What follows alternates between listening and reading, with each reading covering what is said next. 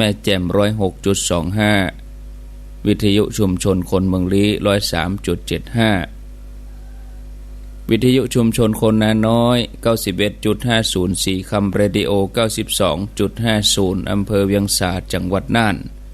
แล้วก็ที่ FM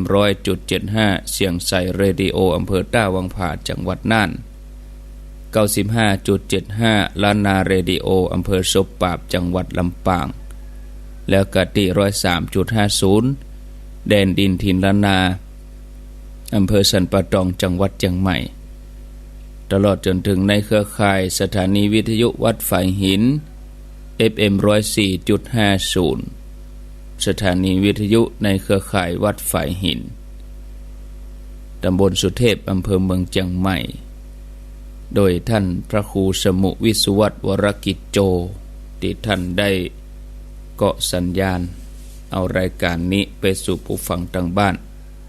สลับสับเปลี่ยนกันไปบางวันเมื่อใดที่ครูบาอาจารย์รูปใดท่านใดติดภาระเปิ้นก็เอาสัญญาณนี้เชื่อมออกไปมาปะกันแล้วก็จะได้อูธรรมะให้ศรัทธาญาติโยมทั้งหลายได้ฟัง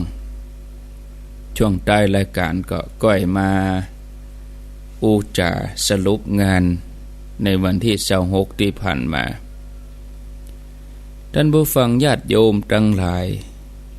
ในช่วงระยะเวลานี้บ่ใจเฉพาะสังคมไทยเฮาต้องอันที่มีความ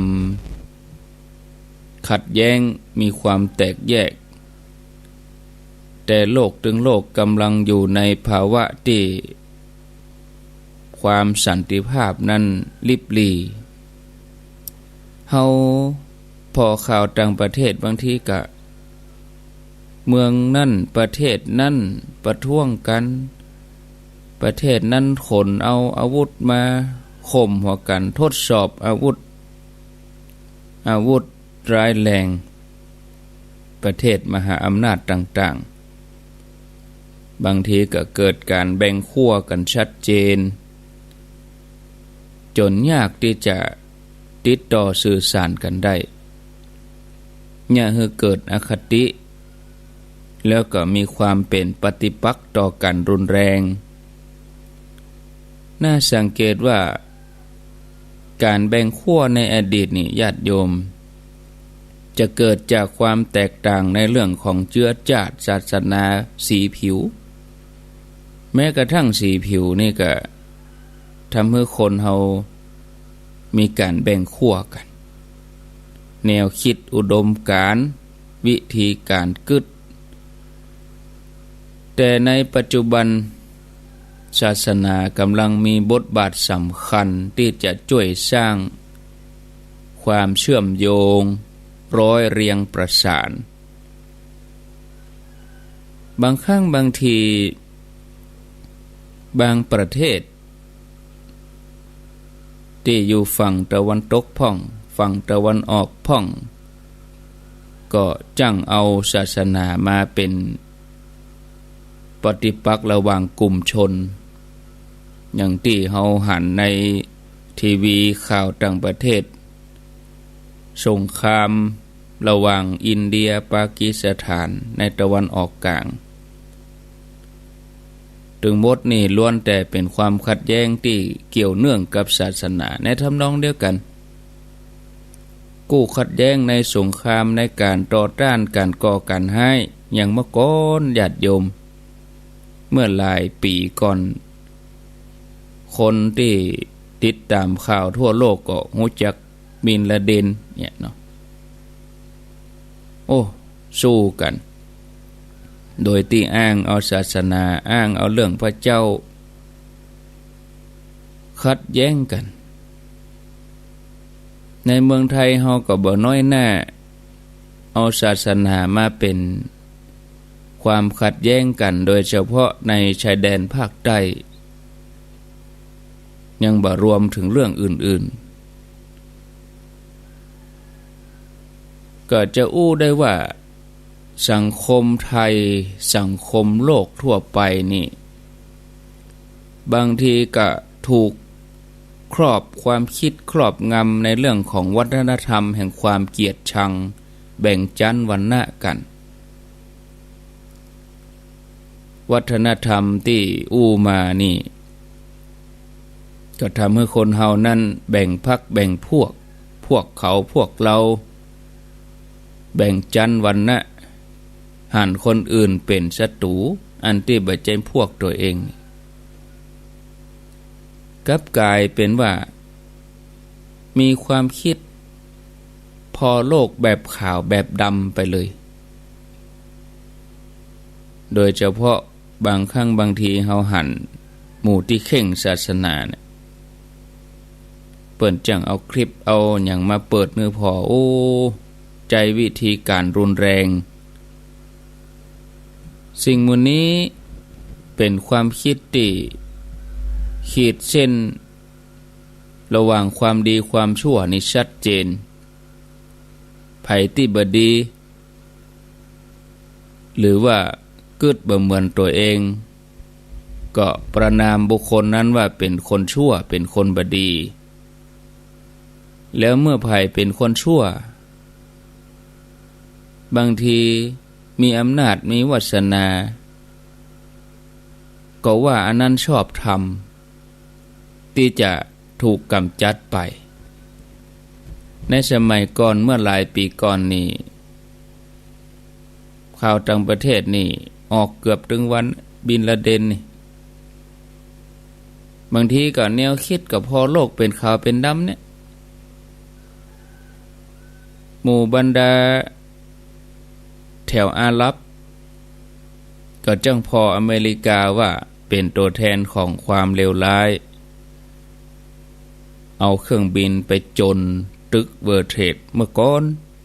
แล้วอ่อนมอกอายุมอกสัก10ปลายนี่เขาจะบ่ฮู้ละนะอายุมอก20-30นี่เขาพอจะนึกภาพออกวันที่11กันยาบางทีก็นำไปสู่ความเสื่อมโทรมมีขบวนการก่อการให้ข้ามชาติก็มีอัลเกดาประเทศอิรักอิหร่านเกาหลีเหนือเกาหลีใต้ชายแดนติดกันพิษหัวกันแต่ว่าไปจับมือครับประเทศที่อยู่ไกลโพ้นถ้าเฮาพอโลกเป็นขาวเป็นดำแล้วก็ขีดเส้นความดีความชั่วชัดเจนนอกจากจะทำให้มีเหตุผลมีความชอบธรรมในการจัดการกับคนที่กึดบ่เหมือนตัวเก่าโดยติดฉลากว่าเป็นตัวชั่วเป็นตัวให้คนที่กึดแบบนี้นี่จะเป็นคนที่มกมุ่นกับการไล่ล่ากำจัดอย่างญาติโยมเขาทั้งหลายที่มีสื่อทั้งมือถือ Facebook กาอย่างกาไผที่เกิดบ่เหมือนตัวเก่าก็เป็นคนบ่ดีไปโจมตีกันไปโจมตีกันมาทั้งที่เป็นคนไทยเหมือนกันบางทีได้ด่าเปิ้นไปแล้วก็รู้สึกสบายใจแล้วก็รู้สึกว่าตัวเองได้ทำหน้าที่ว่าตัวเองเป็นคนดีแล้วก็มั่นใจเกินว่าตัวเองจะเป็นคนดีจะต้องกำจัดคนชั่วอันเนี้ยศรัทธาญาติโยมเป็นวัฒนธรรมแห่งความเกลียดชังกันที่แพร่หลายกันกว้างขวางในสังคมเฮายิ่งวัน2วันนี้สัมภาญาติโยมเอาไปเอามาก็เริ่มที่จะคนเอาอาวุธคนเอาอย่างมาประทุษร้ายกันละประจันหน้ากันละบุบกันละตีกันละเอาไปเอามาเอาประเด็นนี้จะเริ่มมีมหาเกิดแบ่งแยกกันสีเสื้อก็เดียวว่าลืมกันไปแล้วแล้วก็สีเหลืองแล้วก็สีแดงอยู่ฮะนะวนอยู่นี่นะญาติโยมท่านทั้งหลายเพราะให้คำตอบสำเร็จรูปเนาะเข้าใจง่ายท ถ้าพออันยังเป็นขาวเป็นดำบัดใจต้องอันนะญาติโยมในวัฒนธรรมในการที่จะสร้างสรรค์พัฒนานี่ลดน้อยหายลงไปมีวัฒนธรรมแห่งความเกลียดความจังกันเพิ่มนักขึ้นในยุคนี้ปัจจุบันนี้บ่ได้มีก้าวัฒนธรรมแห่งความเกลียดจังกันต้องอันยังมีวัฒนธรรมแห่งความละโมบความโลภเข้ามามีอิทธิพลในใจของคนเฮาบ่น้อยในปัจจุบันนี้คือเขาได้หนึ่งเขาต้องได้สองเขาได้สองเขาต้องได้สี่สังเกตว่าเวลาไปเอาลงทานเด้อเรื่องคนไปเป็นปุ๊กถ้าเฮามีสิทธิ์นักเหลือคนอื่นน้อยมันรู้สึกอย่างใดหูเป็นจะได้เฮาถึงบ่ยอมลดตัวนี้ถึงสองวัฒนธรรมที่ว่ามานี่มีลักษณะตรงข้ามกันหลายอย่างจนอยู่คนละขั้วก็ว่าได้ขั้วหนึ่งมีลักษณะพักใสไหลทรงแถมขั้วหนึ่งมีลักษณะปุ่งเข้าหาขั้วหนึ่งต้องการทำลายให้ดับสูญแถมขั้วหนึ่งต้องการยึดถือครอบครองคือความโลภบางราชตำราที่ดินมันไม่ใช่ของตัวที่ป่าสังหวนพ่องที่ยังพ่องยะเปิ้นฮือเอาประกอบการเกษตรอันนี้ก็ยึดถือเอามาเนี่ยเพราะวัฒนธรรมความโลภนั่นนะส่วนหนึ่งของวัฒนธรรมความโลภนี่ก็คือการเสพบริโภคนิยมอย่างที่เคยได้อูญาติโยมหลายวันก่อนการเสพลัทธิบริโภคนิยมนักเกินไปกลายเป็นกระแสใหญ่แล้วก็ครอบงำตั้งแต่สถาบันครอบครัวขึ้นไปเลยบางทีลูกให้ไว้จะเอามือถือก็จะต้องเสาะหาให้ได้ตามความอยากนั้นให้ประท้วงใครได้ลดเครื่องกันใหญ่ใครได้อันนั้นใครได้อันนี้เพราะติดตามทางทีวีกลัวตัวเองบัดดันสมัยเหมือนเปื้อนวัฒนธรรมบริโภคนิยมหรือความละโมบนี่ก็มีอิทธิพลต่อชีวิตของคนเฮาตั้งแต่น้อยจนถึงคนใหญ่แม้แต่ละอ่อนวัยรุ่นก็ยอมลดตัวเองไปทำผิดกฎหมายคบคนชั่วเป็นมิตร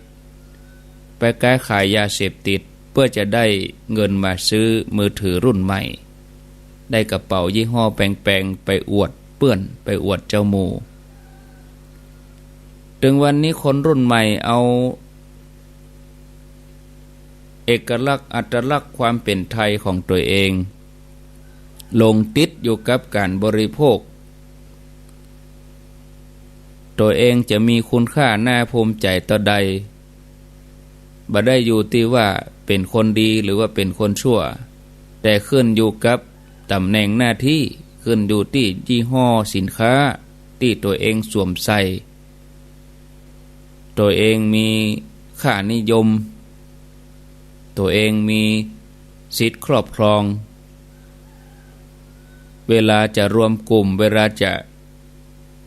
ไปอย่างที่ไหนก็จะต้องเอี่ยวห้างเดินห้างแล้วก็ส่งรูปมาอวดกันกินไอ้อย่างที่ราคาแพงๆกินไอ้อย่างที่มียี่ห้อมีระดับมันส่วนทางกับเศรษฐกิจของตัวเองแทบบ่มีจุดใดที่ปลอดภัยจากลัทธิบริโภคนิยมเนี่ยเป็นผลมาจากการสื่อสารการโทรคมนาคมที่ยุคโลกาภิวัตน์ยุคที่ดาวเทียมนี่มาเป็นพาหะนำโรคนี้ได้อย่างดีสำหรับการโฆษณาสื่อสารกระตุ้นความอยากเงินอำนาจ กลายเป็นสรณะกลายเป็นที่เปิ้งแบบใหม่ผู้คนทั้งหลายข้ามความเมตตาข้ามคำว่าเสียสละไปต่างก็มุ่งเอาแต่ประโยชน์ส่วนตัวนักกลัวประโยชน์ส่วนรวมก็เลยเกิดผลกระทบโดยมาผลกระทบโดยมาก็เป็นสังคมที่เอารัดเอาเปรียบกันแข่งแย่งชิงดีชิงเด่นคอร์รัปชันช่อราชบังหลวงสังคมสิ่งแวดล้อมเสื่อมโทรมจริยธรรมถดถอยขณะที่สถาบันสำคัญในสังคมถึงแม้จะเป็นจุดน้อยๆคือสถาบันครอบครัวนั้นก็ร้าวฉานพ่อแม่ทะเลาะเบาแวงกันอย่าร่างกันไปชุมชนแตกแยกเพราะแบ่งขั้วแบ่งอำนาจบ่ยอมกันเงินกลายเป็นตัวกลางในการสร้างความสัมพันธ์แทนความเมตตาแทนความฮักความเอื้อเฟื้อเผื่อแผ่ซึ่งเฮาทั้งหลายที่เคยหันอกหันใจกันเอาใจเปิ้นมาใส่ใจตัวปีหูสองน้องหูหนึ่งเนี่ยการคนเดียวอิดหิมตายเนี่ยการใดมันเล่นสิ่งมื้อนี้หายไปกำน้อยเงินกลายเป็นตัวที่มีอำนาจมองข้ามความเสียสละคนเฮาก็เลยเป็นเหยื่อต่อสิ่งที่เขาจะเอาประโยชน์กับเฮาบางทีก็เป็นศัตรูที่จะมาแย่งผลประโยชน์บ่ใช่ต้องอันลึกๆในใจของคนเฮาก็แตกต่างแยกตัวเองแยกออกไปวัฒนธรรมแห่งความโลภความละโมบทำให้เกิดปัญหาความยากจน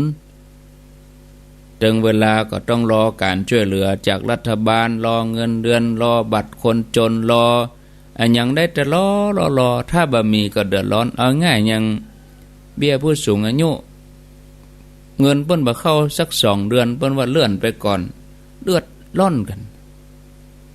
แต่ก่อนเฮาบ่ใจมีดุแต่ก่อนเฮาบ่มีเฮายังอยู่ได้ถูกเลี้ยงเอาไปเอามากะหัวใหญ่แข้งขาลีบแข้งขามือบ่มีแหงอาปากล้อเฮาเปิ้นเอาอาหารมาจ่อมเฮาอย่างเดียวกลายเป็นคนเกียจคร้านคนเฒ่าแต่ก่อนเปิ้นก็แยกกันไปบ้านนอกบ้านนาทำงานเล็กๆน้อยๆทำไป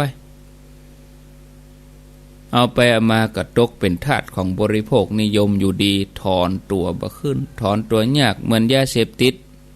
เกิดปัญหาหนี้สินโดยเฉพาะละอ่อนวัยรุ่นนี่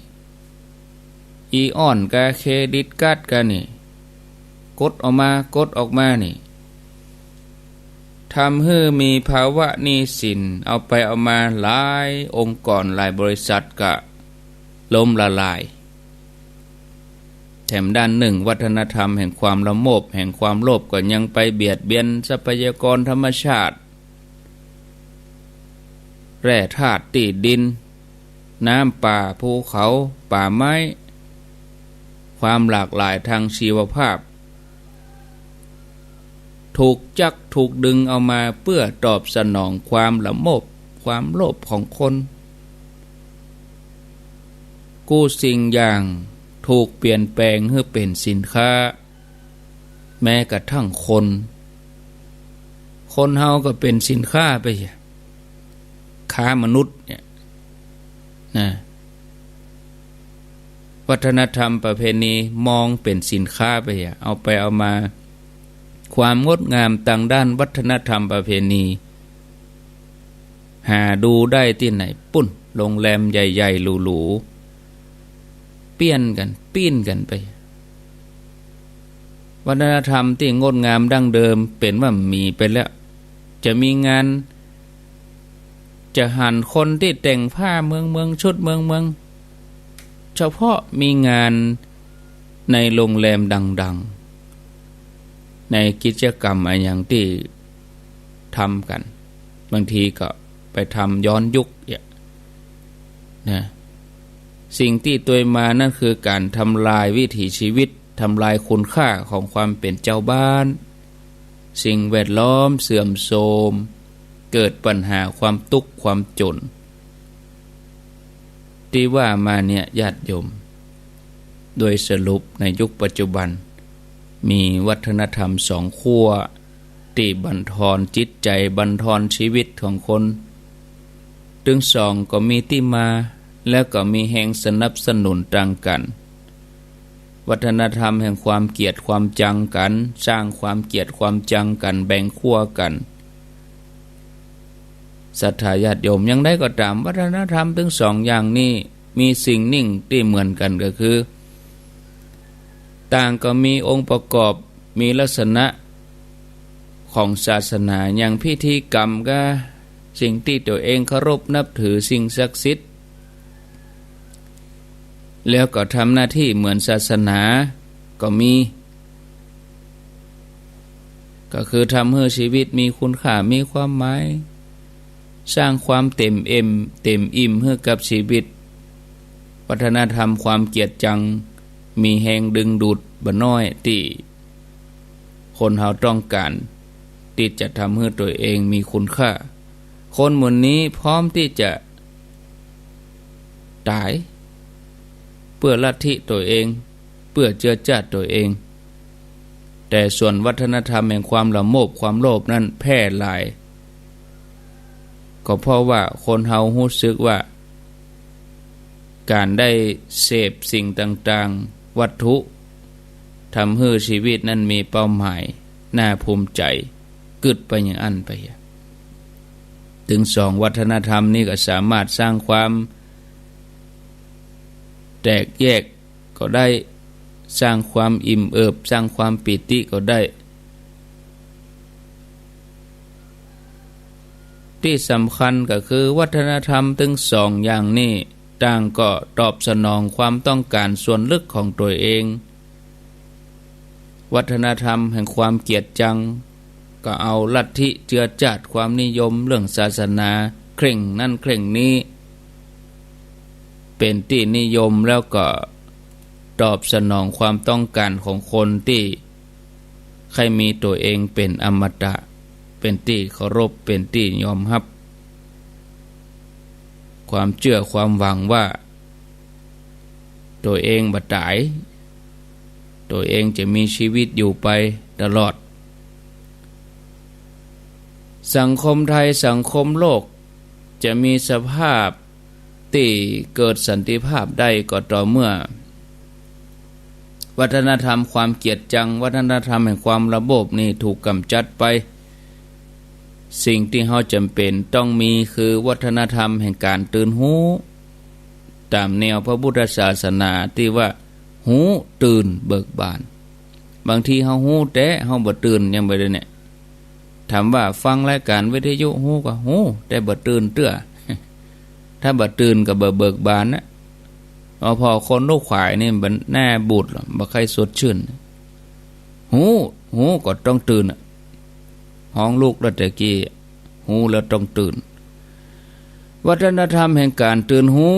เพื่อให้จิตใจนั้นมีความเป็นอิสระจากความเกลียดจังจากความละโมบความโลภพระพุทธศาสนาเปิ้นก็เลยเป็นศาสนาที่สร้างความตื่นหูให้กับคนทั้งหลายตื่นหูเพื่อจะบรรลุสันติภาพฉะนั้นเจ้าพุทธเฮาก็เลยจะต้องมีบทบาท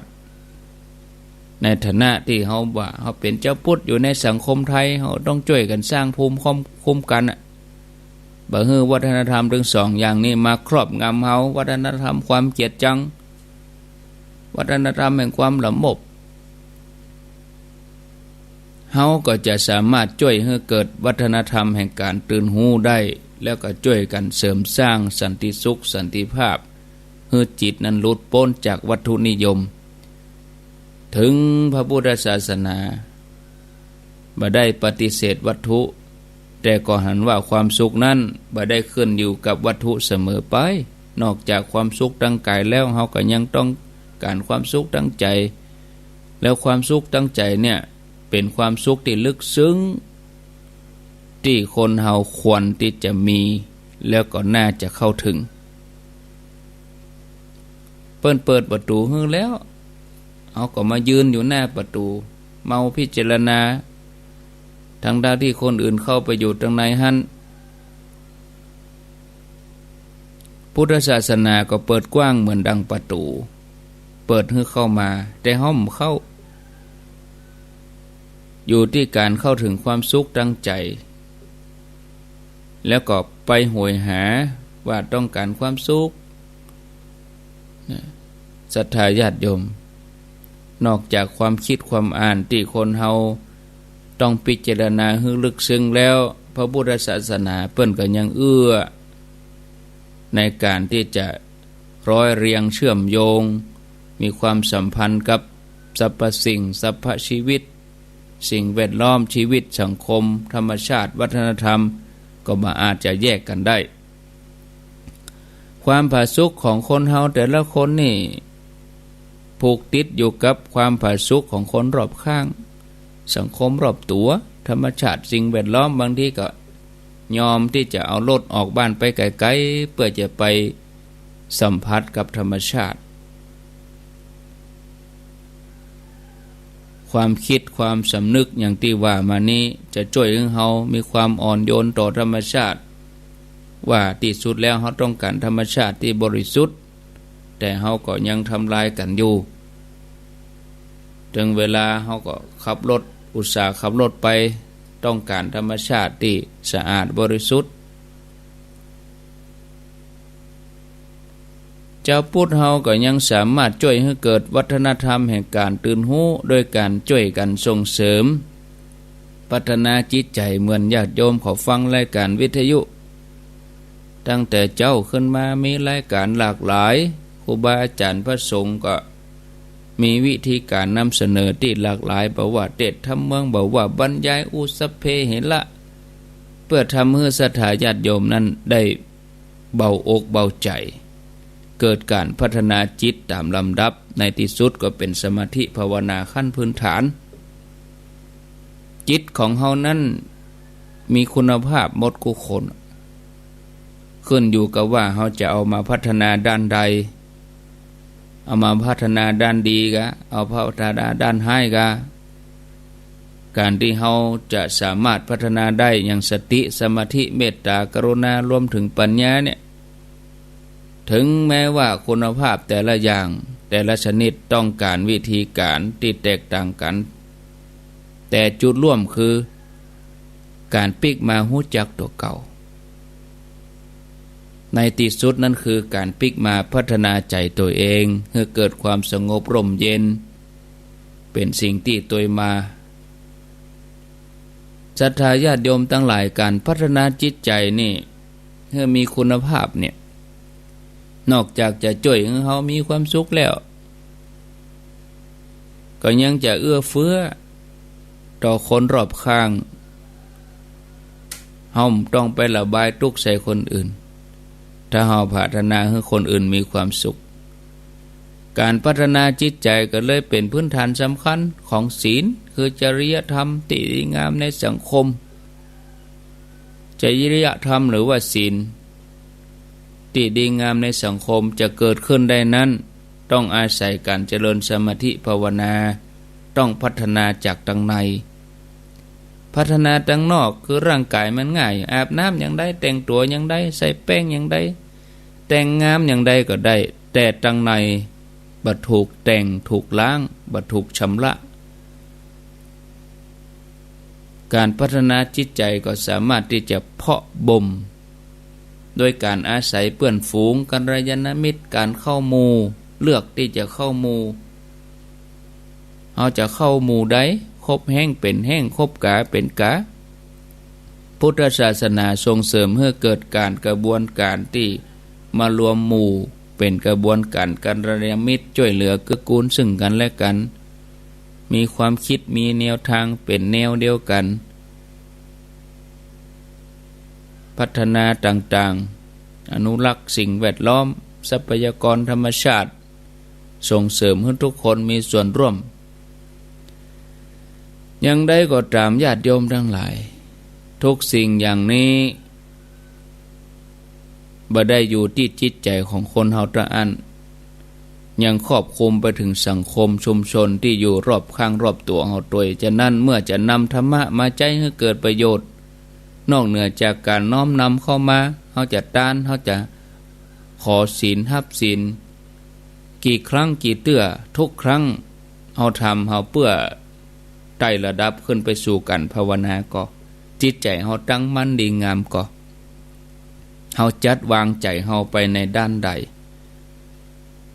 มีความสำคัญอย่างใดท่านผู้ฟังญาติโยมก็พิจารณาเนาะโอ้พอเวลาแล้วกำเดียวจะได้มาว่าต่อต่อกันไปนะศรัทธาญาติโยมก็ยังบ่จบบ่เสี่ยงเตื้อมีเปเลอะไปก็ถึงมีเรื่องให้ได้ได้จ่าบัดเดี๋ยวนี้เวลา 5:45 นาทียังบ่เปิดสายเตื้อนะยังเปิดสายเตื้อก็จะขออนุโมทนาขอบคุณกับศรัทธาญาติโยมที่ไปร่วมงานวันที่26ตะวันซืน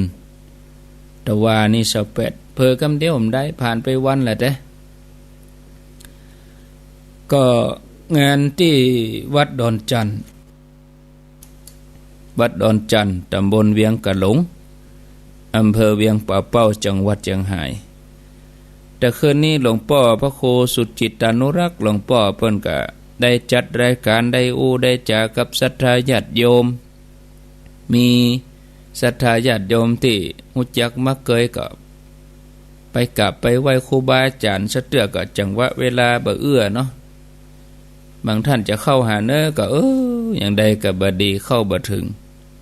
พระสงฆ์เพิ่นนั่งกันอยู่หั่นบ่ต้องเก้อเขินญาติโยมบ่ต้องอายเข้ามาหาบางทีอย่างที่อาตมาว่าน่ะถ้าจะไปไปจากันนี้ต้องไปเมืองงาย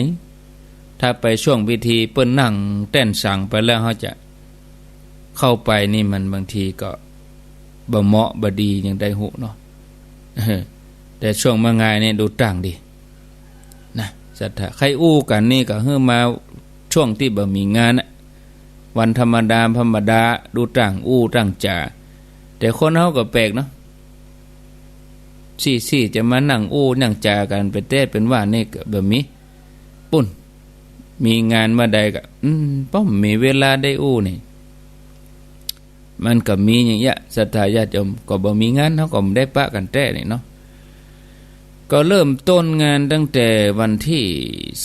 22ก็อาตมาไป22 23 24 25 26 27ปิกตะวาอยู่พอจะได้ติดแล้วรุ่นนี้ปิกมาสลาว่าเดี๋ยวว่าท่านอาจารย์บ่มาถ้ามาผมจะประกาศขายวัดแล้วนะสลาว่าเล่นก็ไป22แล้วก็งานมีวันที่26ก็ญาติโยมหลายท่านก็รวมกลุ่มกันไปบางท่านก็มีความพยายามขนาดถึงขนาดที่ขึ้นรถโดยสารไปเป็นบุญทุกเพศทุกวัยเนาะตั้งแต่เราอ่อนวัยรุ่นตั้งแต่เราอ่อนน้อยตั้งแต่คนหนุ่มคนกำพ่อบ้านแม่บ้านคนเฒ่าคนแก่บุญทุกเพศทุกวัยเลยนี่ไปร่วมกันมีความหลากหลายไปกันทั่วทุกสารทิศก็รถตู้นี่อาตมาเช็คได้ก็ประมาณ70เฮาก็เพื่อเหลือเพื่อขาดนะจะเกินก็เกินประมาณ10กัน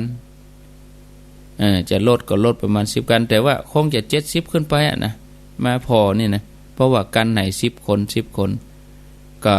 ถ้า70กับ700เฮาก็ตีคนประมาณ 2,000 เนาะรถส่วนตัวแถมคนนี่ประมาณ 2,000 กว่าเกียมเก้าอี้ไว้ 1,500 ที่ยืนแบบมีที่นั่งแบบมียืนก็มีพ่องก็ยืนพ่องก็เต็มโมคันได้ทุกตารางเมตรในขวงแก้วในวัดน่ะนั่งกันทุกตารางเมตรเลยเนี่ย ญาติโยมเลยถึงบอกว่าวัดถึงต้องกว้างเนี่ยเวลามีกิจกรรมเฮาไม่ใช่ว่าจะมีเฉพาะก็ศรัทธาเฮาดูศรัทธาบ้านเฮาก็ยอมแย้มบางทีก็พวกวันศีลปุ่นอยู่ใต้วิหารปากประตูเป็น 7-8 คนแต่เวลามีงานสำคัญโอ้ที่วัดใครกีดไปแต่เนี่ยมีเหมือนกันเนาะท่านผู้ฟังทีนี้ก็อาตมาก็จัดรายการเปลี่ยนกับตุลุงยองมาเจ้าอาตมาก็จัดที่26ก็ครูบาอาจารย์เพิ่นก็มาครบหมดเนาะที่นิมนต์ไปที่บ่ได้มานี่มีเหรอสังเกตพอครบหมดนิมนต์ไว้อยู่39ก็เกียมไว้49รองรับไว้เผื่อเกิน10โอ้ปรากฏว่า59ตนพระสงฆ์ที่ไปก็นิมนต์เพิ่นขึ้นบนแท่นสังหมดเลยสวดหมดเลยเจริญพุทธมนต์หมดเลยกู้ตนแล้วญาติโยมเขาก็ร่วมมือดีเนาะบ่วุ่นวายสงบพิธีก็ลื่นไหลไปเรื่อยๆเรียบร้อยลุล่วงอาตมาก็อยู่วันค่ำแล้วก็เมื่อคืนนั่นก็อยู่แล้วพอตีสองเกิงแล้วตีสองเกิงปุ๊บก็ห้องตัวลุงยองลุกมาจัดรายการต่อแฮมยะปิกตะวานี่ดอกก็หนทีว่าจะปิกสักตีห้าเอาไปเอามาว่ามันมืดนี่นะแล้วแถมอย่างหนึ่งก็วัดไฟหินทีมงานไฟหินเปิ้นอุตส่าห์ไปถ่ายทอดฮื้อเฮาจะมาละเปิ้นก็อย่างใดก็บ่ดีก็เลยฮื้อเก็บขวดพร้อมกันน่ะอีกเข้าไงแล้วก็ปิกอีนะยังแขวนน้อยเปิ้นออกมาก่อนออกจะไล่หลังอาตมาไล่หลังก็ประมาณชั่วโมงเด้อให้เปิ้นออกก่อนนะเพราะว่ารถเปิ้นขนครัวจะออกก่อนเปิ้นก็เหมือนละกันเนี่ยก็เลยออกมาลูนเปิ้นแล้วแถมอย่างนึงก็ศรัทธาเปิ้นทำบุญตักบาตรมาเจ้าด้วยแต่ว่าตักบาตรเหมือนล้างเหมือนช่วยเอกเพียวขอบเพียวครัวอันยังกันก็เข้าตีเข้าต่างเรียบร้อยไปอาตมาก็ปิกมาก็เอาครัวมาลงไว้กุฏิก็ยังได้เก็บได้ยังเข้าตีเข้ายังก็โซดไปปัจจาที่จะจัดเข้ากรรมแถมแต่ว่านี่ก็ศรัทธาเพิ่นไปเพี้ยวกันไปจัดเตรียมสถานที่การเต้นขนเก้าอี้อันยังต่างๆทุกเจ้าพระเนรศรัทธาเขา3หมู่บ้านมีบ้านสิริบ้านปักตังเจริญบ้านไร่สว่างอารมณ์บางท่านที่เคยมาวัดปักตังเจริญที่เคยมาเข้ากรรมปัจจาเมื่อก่อนเมื่อ 7-8 ปีก่อนก็ว่าก็ปัจจาท่านก็มีข้างวัดท่านด้วยอันนั้นเป็นปัจจาใหม่ซื้อที่ดินใหม่แปลงเมนใหม่แปลงศาลาใหม่อันนั้นปัจจาใหม่เพราะว่าอินดูเขานะกะเมื่อก่อนก็ต้องไปเป็น2กิโล3กิโลพุ่นกลางตรงพุ่นอันนั้นปัจจาห่วมกับแหมบูมบ้านหนึ่งแล้วเมื่อก่อนถนนซีเลนนี่บ่มีศรัทธาบ้านนี้เขาก็ไปเผาลายถนนตะวันตกปุ่นอันนั้นก็แหมปัจจา1ก็ไปใจห่วมกันไม่ได้นี่ถนนซีเลนมันก็ข้ามยากเนาะศรัทธาปักตังเจริญก็ส่วนใหญ่ 80% ก็มาใจประโยชน์ที่ปัจจาใหม่ส่วนปัจจาเก่าเฮาก็บ่ละใหม่ก็เอาเก่าก็บ่ละเดิมบ้านเดิมอันนี้ก็จะไปเข้ากรรมกันวันที่1ถึงวันที่6อาตมาขอลาศรัทธาล่วงหน้าวันที่1ถึงวันที่6นี่คงบ่ได้จัดรายการฝากรายการตุลุงยองยาวเลยแล้วก็เมื่อเจ้านั้นก็อาจจะฝากครูบาอาจารย์รูปใดรูปหนึ่งเนาะช่วงต่อตี5นี่ก็เดียวพอกันจะฝากรูปใดสลับสับเปลี่ยนกันไปก็เดียวก็จะวางแผนวันนี้จะเขียนตารางแล้วนะตารางรายการตนใดแทนตนใดติดต่อเริ่มติดต่อวันนี้ตนใดว่างก็เอาตนนั้นเข้าใส่ตนนั้นบ่ว่างก็เป็นอย่างไงกันเพราะเป็นงานอาสาเนาะงานอย่างเงี้ยทำด้วยใจถ้าเฮาบ่อยากจะไปบังคับใจไผ